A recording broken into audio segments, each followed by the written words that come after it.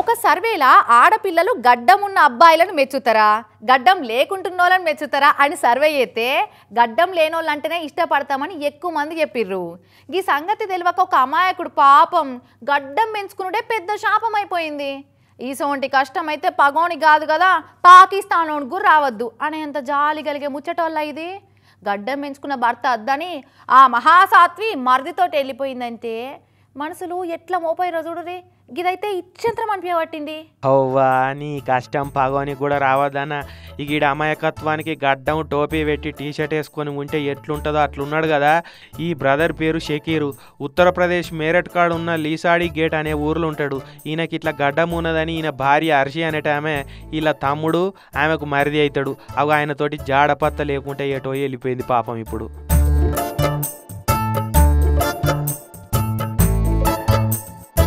చెప్తే నమ్మరు కానీ 7 నెలల కింద పెళ్లి అయినాక కార్యం అప్పుడే నీ గడ్డం నాకు నచ్చలేదని లొల్లి చేసిందట ఈయన భార్య. చల్ ఇది మన ఆచారం, దాన్ని తప్పి నీకోసం గడ్డం తీయమంటావు అనే అని ఈయన తీయనని చెప్పిండట. ఇక అప్పటి సంది నువ్వు ఇట్లా గడ్డంతో ఉంటే నాకు అసలే నచ్చలేవు, మూతంతా నున్నగుంటేనే ముతుకుంటావు, తీసుకోరాదని ఊక లొల్లి పెట్టిందట. ఇక అప్పటి మందం ఏదో సదిరి చెప్పి ఈయన పనికి ఈయన పోయేటోడట. ఈ షకీర్ తోటే ఇంట్లో తమ్ముడు కూడా ఉంటున్నాడు. అదే మోసం అయిపోయింది. ఆ తమ్ముడేమో మంచిగా గడ్డం లేకుండా పేడు మూతతోటి ఉండేటోడట.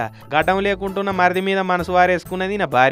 ఈ సమాజం ఒప్పుకున్నా ఒప్పుకోకపోయినా మంచిదే, గడ్డం లేని నువ్వే నాకు కావాలి, ఎవరు అడ్డు చెప్పినా నాకు నీ అన్నతోటి కాపురం చేసుడు ఇష్టం లేదని ఆయన మరిదిని పట్టుకొని జాడపత్త లేకుండా ఎటో వెళ్ళిపోయిందట మా తల్లి. ఈ సంగతి తెలియగానే నెత్తికొట్టుకుంటా పోలీస్ స్టేషన్ కురికిండి అమాయకుడు. సార్ నా పెండ్లం నన్ను మోసం చేసి నా తమ్మునితోటి వెళ్ళిపోయింది సార్, నేను గడ్డం పెంచుతానే ఆమె నా మీద అసహ్యం పెంచుకున్నది సార్, నాతోటి పెళ్లిని దుంచుకున్నది సార్, మీరే నాకు న్యాయం చేయాలనుకుంటా పోలీసు వాళ్ళని వేడుకున్నాడు.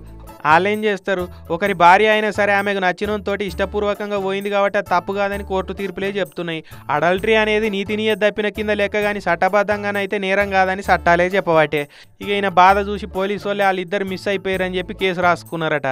ఇగో సమాజంలో ఇటువంటివి బాగా అవుతున్నాయి కాబట్టి మగవాళ్ళ తరపున మాట్లాడేటందుకు ఏ గొంతులు లేవనే పురుష కమిషన్ కావాలి, పురుషులకు న్యాయం కావాలని కొంతమంది భార్యా బాధితులు కొట్లాడుతున్నారు.